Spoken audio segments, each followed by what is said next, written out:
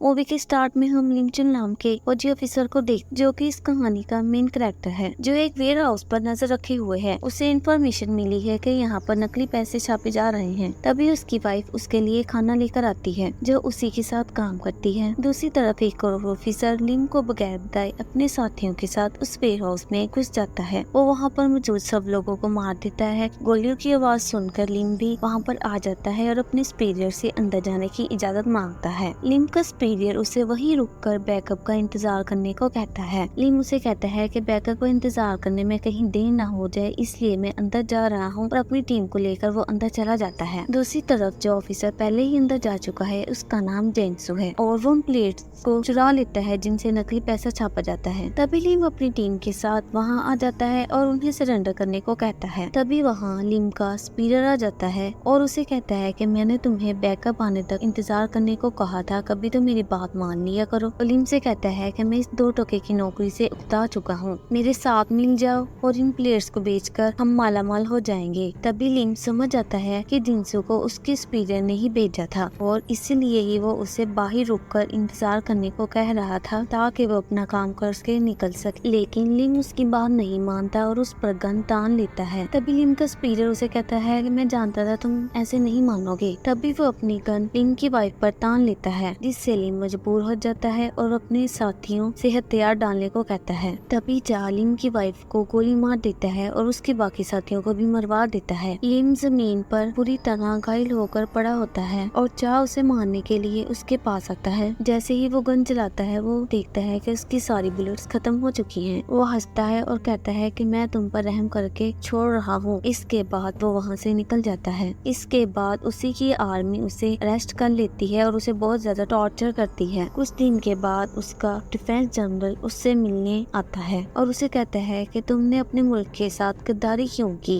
लिम उसे कहता है कि मैंने कोई गद्दारी नहीं की। उसका जनरल उसे कहता है कि ये कैसे हो सकता है, वहाँ एक शख्स भी जिंदा नहीं बचा सिवाय तुम्हारे। वो लिम से कहता है कि हम तुम्हें मार देंगे। लिम उसे कहता है कि मुझे मार डालो, क्योंकि अगर मैं जिंदा बच गया तो मैं चा को नहीं छोड़ूंगा। ये सुनकर डिफेंस चीफ लिम से कहते हैं हमें चा की लोकेशन का पता चल गया है। वो साउथ कोरिया के एक शहर सियोन में जा रहा है। अगले हफ्ते वहाँ पर एक मीटिंग है जो नॉर्थ कोरिया और साउथ कोरिया के बीच में होगी। यही मौका होगा चा को जल्द से जल्द पकड़कर वो प्लेट्स वापस लानी होंगी। अगर उन्हें वापस ना ला सको तो उन्हें डिस्ट्रॉय कर देना। इसके बाद हम सियोन सिटी का सीन देखते हैं, जहाँ एक पुलिस ऑफिसर जिसका नाम कैंगजिन है, वो एक क्रिमिनल के पीछे भाग रहा होता है। तभी उसे उसके घर से फोन आता है, जिसे वो सुनने लगता है, जिससे वो क्रिमिनल भाग जाता है। उसकी ये हरकत उसका ऑफिसर सीसीटीवी में देख रहा होता है और उसे कुछ दिन के लिए सस्पेंड कर देता है। कुछ दिन के बाद उसका सीनियर उससे मिलता है। उसका सीनियर उसे साउथ कोरिया और नॉर्थ कोरिया में होने वाली मीटिंग के रिलेटेड एक केस देता है। उसका सीनियर उसे कहता है कि मीटिंग के दौरान नॉर्थ कोरिया का एक ऑफिसर यहाँ पर रुकेगा और वो एक हत्यारे को यहाँ पर पकड़ने के लिए आया है, जिसका नाम चा है। यहाँ पर उसका सीनियर उसे बताता है कि उसका मकसद सिर्फ इस हत्यारे को पकड़ना नहीं है और नॉर्थ कोरिया वाले यहाँ पर किसी और वजह से भी आए हैं। तब यहाँ तक हम समझ चुके हैं कि लिम यहाँ पर उन प्लेयर्स को लेने और चा को पकड़ने के लिए आया है। पर साउथ कोरिया के ऑफिसर और इंटेलिजेंस को इस बात का पता नहीं होता कि नॉर्थ कोरिया का मेन मकसद उन प्लेयर्स को हासिल करना है, ना कि चा को पकड़ना है। एक तरह से ये प्लेयर्स किसी खजाने से कम नहीं है। और अब वक्त आ जाता है साउथ कोरिया और नॉर्थ कोरिया की मीटिंग का, और ये मीटिंग उनके बड़े ऑफिसर्स के दरमियान में होती है, जिसमें लिम भी अपने डिफेंस जनरल के साथ यहाँ पर आता है। यहाँ पर डिफेंस चीफ लिम को एक मोबाइल देते हैं और उससे कहते हैं अपने निजी मामलात को इन सब से दूर रखना और अपना फोकस मिशन पर रखना। इसके बाद लिम कंगजिन से मिलता है, जो उसका जॉइंट मिशन में पार्टनर बनता है। उन प्लेयर्स को हासिल करने के लिए और चा को पकड़ने के लिए सबसे पहले एक जगह म्योंगडोंग जाने के लिए कहता है। कैंगजिन को जितनी भी बातें उससे पता चल रही थी, वो टैक्स के जरिए अपने ऑफिसर को भेज रहा था। लिम को इस बात की खबर हो जाती है और वो कैंगजिन को बांधकर खुद अलग टैक्सी लेकर वहाँ से चला जाता है, जहाँ पर चा का आदमी ड्रग सप्लाई करता था। कैंगजिन उसे ट्रैक करके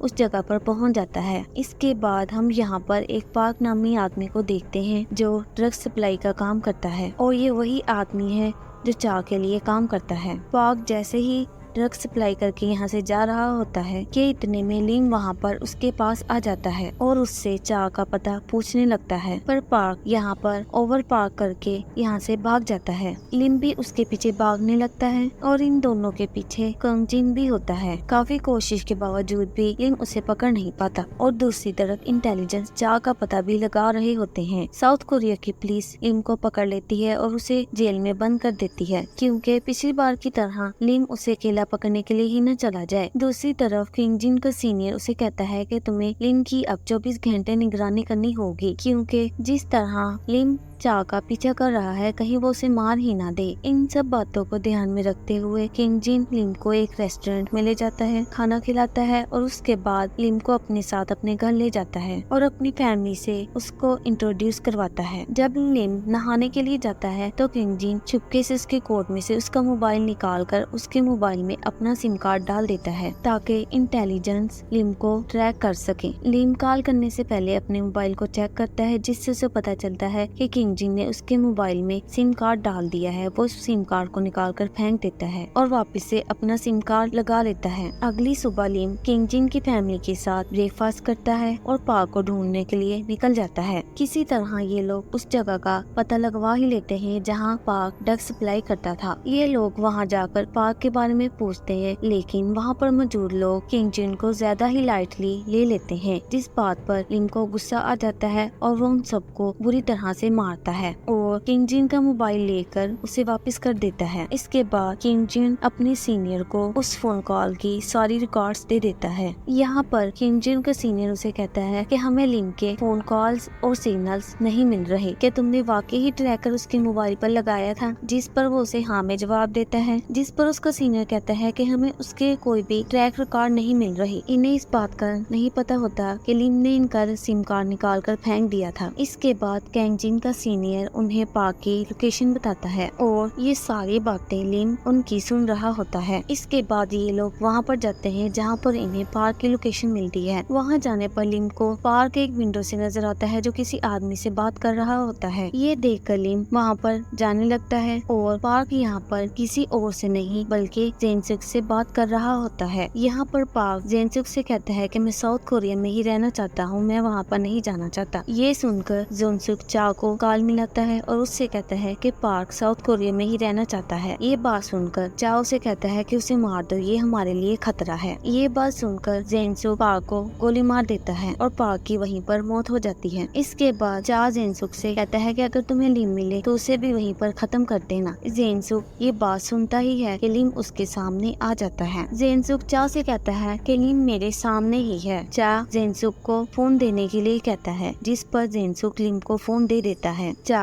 मोबाइल पर लिम से कहता है कि मैंने तुम्हें जिंदा छोड़ दिया था और तुम मुझे ही मारने के लिए यहाँ पर आ गए हो। चा लिम को बहुत ज्यादा समझाता है और वो कहता है अगर तुम मेरी बात नहीं मानोगे तो मारे जाओगे। ये बात सुनकर लिम चा से कहता है कि तुम जल्द ही मेरे हाथों से मरोगे। इसके बाद जेनसुक और लिम में फाइट होना शुरू हो जाती है। दूसरी तरफ किंग जिन भी लड़ाई कर रहा होता है। किंग जिन को कुछ गुंडे घेर लेते हैं। वो किसी तरह उन लोगों से बचकर इनके पास आ जाता है और तब तक जेनसुक भी यहाँ से भाग जाता है। इसके बाद पुलिस वहाँ पर आ जाती है, जिस पर पार्क की बॉडी को ले जाया जाता है, जिसकी जांच पड़ताल की जाती है। जांच पड़ताल करने पर उसकी जेब में से 2 नकली नोट निकलते हैं और ये बात इंटेलिजेंस समझ आते हैं कि लिम यहाँ पर सिर्फ चाह के लिए नहीं आया बल्कि सुपर नोट्स प्लेट्स के लिए भी यहाँ पर आया है, जिनके जरिए नकली नोट छापे जा सकते हैं। अगले दिन लिम और किंग जिन एक साथ ब्रेकफास्ट करते हैं। इस दौरान किंग जिन को अपने सीनियर से पता चलता है कि लिम ने किंग जिन के मोबाइल पर एक ट्रैकर डाला है, जिसके जरिए वो उसका फोन टेप कर रहा है। ये बात जानने के बाद किंग जिन अपने मोबाइल से उस को निकाल देता है और लिम पर बहुत ज्यादा गुस्सा होता है। उसे कहता है कि तुमने मेरे साथ झूठ क्यों बोला, तुमने मुझे उन प्लेट्स के बारे में क्यों नहीं बताया। जिसके बाद लिम किंग जिन को सब कुछ बता देता है, कैसे चा ने उसकी टीम को मार दिया था और वो प्लेट्स चुराई थी और लिम को ये ऑर्डर मिला था या तो उन प्लेट्स को डिस्ट्रॉय कर दिया जाए या उन्हें सही सलामत नॉर्थ कोरिया पहुँचा दिया जाए। इसके बाद लिम डिसाइड करता है कि वो उन प्लेट्स को किंग जिन को दे देगा। इसके बाद ये दोनों उस जगह पर पहुँच जाते हैं जहाँ पर इन लोगों को चा की लोकेशन मिलती है। दरअसल चा आज उन्हें बहुत भारी कीमत पर बेचने के लिए वहाँ पर आया था। इधर चा और दूसरे आदमी की डील हो रही थी। सामने वाला आदमी इन प्लेयर्स की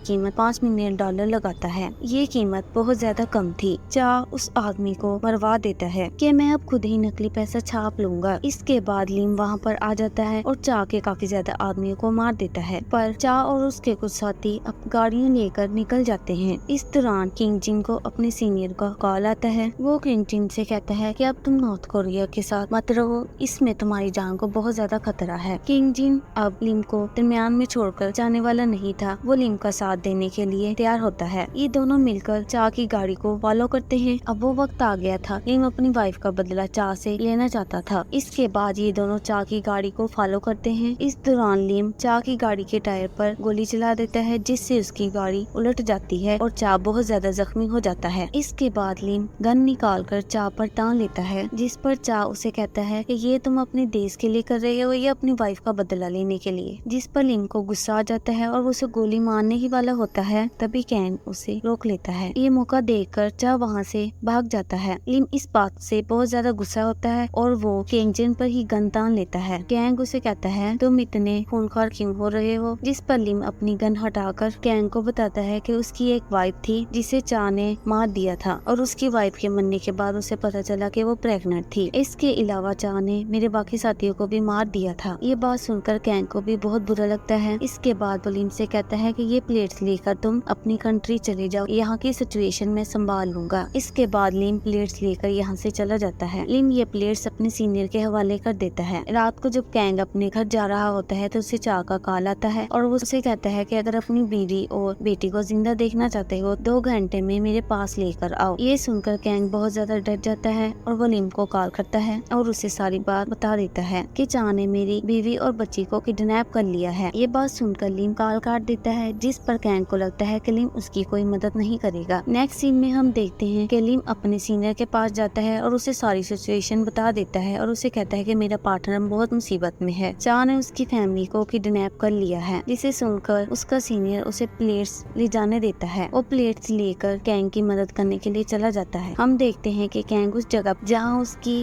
बीवी और बच्ची को किडनैप करके रखा हुआ है। चा उसे कहता है कि प्लेट्स कहाँ हैं। इस पर कैंग रोते हुए कहता है कि प्लेट्स मेरे पास नहीं है, प्लीज मेरी फैमिली को छोड़ दो। तभी हम देखते हैं वहाँ पर टाइम बम लगा हुआ है जिस पर कुछ ही सेकंड बचे हैं। तभी लिम वहाँ पर खड़े गार्ड्स को मार देता है और चा से कहता है कि इन लोगों को यहाँ से जाने दो, प्लेट्स मेरे पास हैं। लिम 2 प्लेट्स उसको भिजवा देता है। उसको कहता है कि अब इन लोगों को यहाँ से जाने दो और 2 प्लेट्स तुम्हें यहाँ से जाने के बाद मिलेंगी। चा उनकी ये शर्त मान जाता है और उन लोगों को वहाँ से जाने देता है। कैंग अपनी फैमिली को एक सेफ जगह पर छोड़कर लिम की मदद करने के लिए वहाँ पर आ जाता है। चा यहाँ से भागने की कोशिश करता है, लेकिन लिम दरमियान में आकर उसका रास्ता रोक लेता है। इन दोनों की आपस में फाइट शुरू हो जाती है। चा लिम को बहुत ज्यादा जख्मी कर देता है, जिस पर लिम पीछे से गोली चला देता है। वही मौके पर चा की मौत हो जाती है। इसके बाद लिम और कैंग जिन एक जगह पर बैठ जाते हैं। लिम ये प्लेट्स कैंग जिन को दे देता है और उसे कहता है ये प्लेट्स तुम अपनी कंट्री को दे दो, जिस पर कैंग जिन से कहता है कि हम सारा साल खुद को मौत के मुंह में भी रखते हैं, उसके बावजूद भी कोई भी हमारी तारीफ नहीं करता और ना ही हमें कोई ट्रॉफी मिलती है। ये कहकर गुस्से में कैंग जिन उस बैग को समंदर में फेंक देता है और इसी के साथ ये मूवी यहीं पर खत्म हो जाती है।